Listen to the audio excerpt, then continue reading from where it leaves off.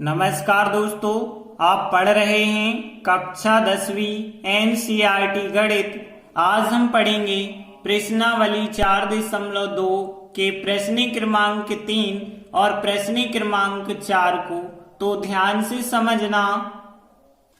तो देखिए, प्रश्न 3 है, ऐसी दो संख्याएं ज्ञात कीजिए जिनका योग 27 हो और उनका गुणनफल 182 हो।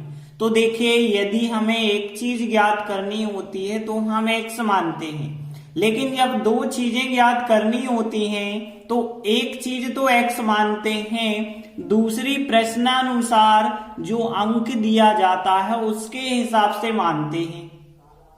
तो देखिए, हम मान के चलते हैं एक संख्या x है। अब जो दूसरी संख्या होगी वो आप y नहीं मानेंगे, वो सवाल के हिसाब से मानना है। देखिए, कहा गया है दोनों संख्याओं का योग 27 है, तो दूसरी संख्या जो मानी जाएगी वो 27 में से पहली संख्या घटा देना। तो 27 में से हम x घटा देंगे। अब देखिए, इनको जोड़ करके देखेंगे तो x कट जाएगा, योगफल कितना होगा, 27 ही होगा कि नहीं होगा। तो दूसरी संख्या हो गई 27 माइनस x। अब हमने और आगे प्रश्न पढ़ा तो देखिए, हमने लिखा तब प्रश्नानुसार दिया गया है कि उन संख्याओं का गुणनफल 182 है। उन संख्याओं का मतलब है पहली और दूसरी जो संख्याएं हमने मानी हैं, जो x और 27 माइनस x दो संख्याएं ली हैं, इनका गुणनफल कितने के बराबर रखना है, 182 के बराबर। अब देखिए, आगे जब आप सॉल्व करेंगे तो x का गुणा 27 से कर दिया जाए, 27x, x का माइनस x से कर दिया माइनस का x वर्ग बराबर 182, वैसे ही लिखते चलना। अब देखिए, सभी संख्याओं को एक तरफ कर लेते हैं और क्रम से भी जमा देते हैं। पहले x वर्ग लिखा जाता है, माइनस का है लिखा हमने, फिर प्लस के 27x हैं, 27x लिखे, 182 इस तरफ आ गए तो वो माइनस के हो गए, बराबर कुछ नहीं बचा तो 0।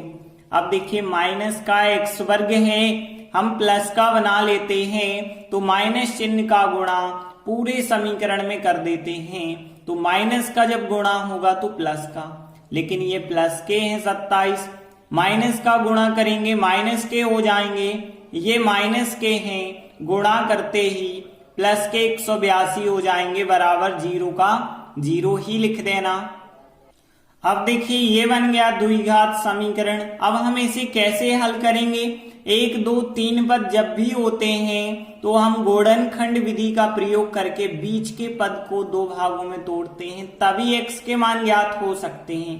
तो यहां भी हम क्या करेंगे, इस बीच के पद को दो भागों में तोड़ेंगे। कैसे तोड़ना होता है, 182 का गुणा यहाँ की संख्या से करते हैं, यहाँ 1 माना जाएगा तो 1 का गुणा 182 से किया, 182 आए और प्लस के 182 आ रहे हैं। इसका मतलब है कि यहाँ पे गुणा करने में 182 होना चाहिए और जोड़ने में 27 होना चाहिए। ऐसी संख्याएं आपको लेनी है।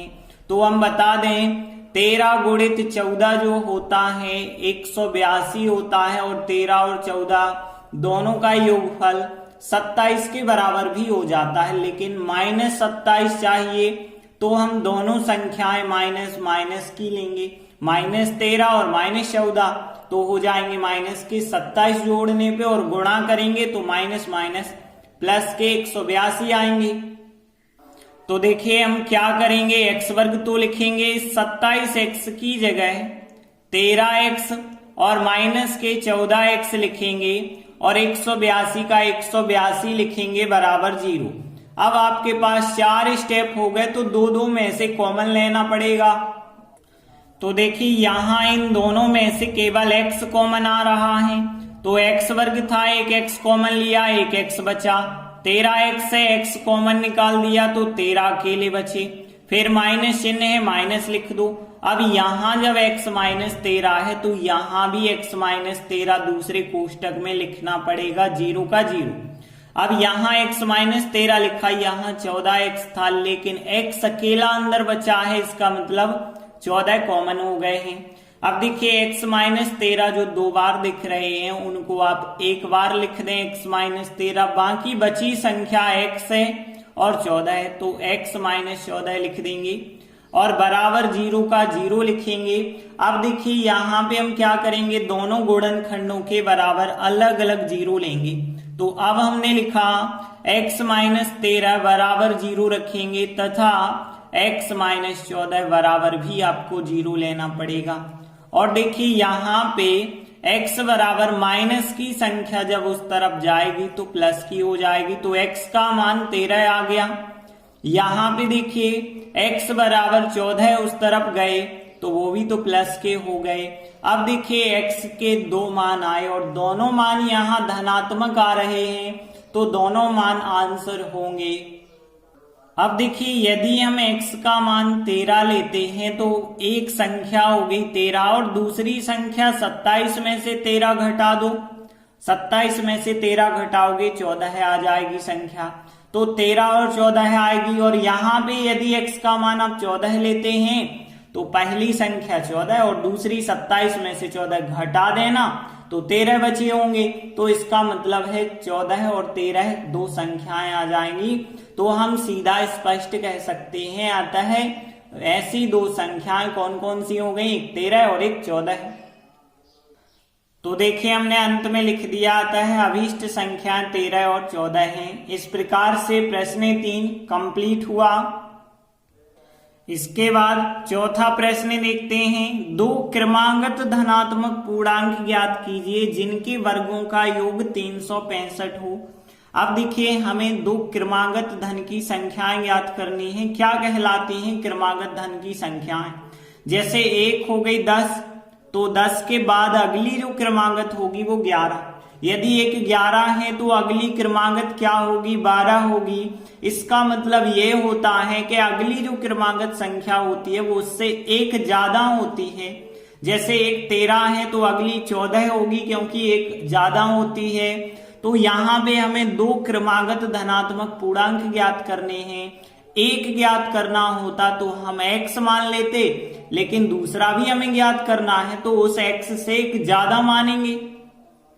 तो देखिए हम मान के चलते हैं दो क्रमागत धनात्मक पूर्णांक, एक तो x मान लिया, दूसरा हमें पता है उससे एक ज्यादा होगा तो x प्लस 1 मानेंगे। तो ये हो गए दो क्रमागत धनात्मक पूर्णांक। अब आगे प्रश्न में कहा गया है कि जिनके वर्गों का योग 365 है।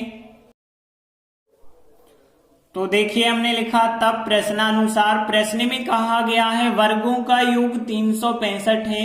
इसका मतलब इसका वर्ग और इसका वर्ग इन दोनों का योग यदि हम करते हैं तो 365 के बराबर लिखना पड़ेगा। तो देखिए हमने x का वर्ग किया और x प्लस 1 का वर्ग किया। यहाँ पे इन दोनों के वर्गों का योग, योग मतलब प्लस, कितने के बराबर लेना है, 365 के बराबर लेना है। अब देखिए x का वर्ग तो आपको पता है x वर्ग ही होता है प्लस, अब यहाँ है x प्लस 1 का वर्ग और आपको सर्वसमीका पता होगी कि a प्लस b का वर्ग क्या होता है। तो देखिए ये होती है सर्वसमीका a प्लस b का होल स्क्वायर बराबर a वर्ग प्लस 2ab प्लस b वर्ग होता है। तो यहाँ a का मान x होगा, b का मान 1 होगा।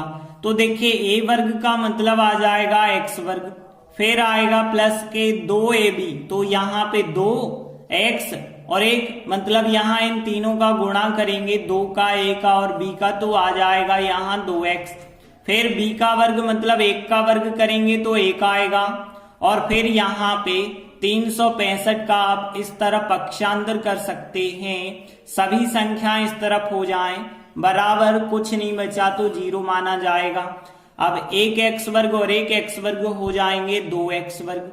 और फिर देखिए यहाँ 2x तो रहेंगे ही, एक धन के 365 ऋण के हैं तो एक में से 365 घटाएंगे तो माइनस के 364 बचे होंगे बराबर 0। अब देखिए यहाँ जो द्विघात समीकरण प्राप्त हो रहा है इसमें संख्याएं थोड़ी ज्यादा हैं, इस वजह से हम देखें यदि तो 2 364 मतलब पूरे में 2 का भाग जाता है तो हम 2 का भाग दे देते हैं।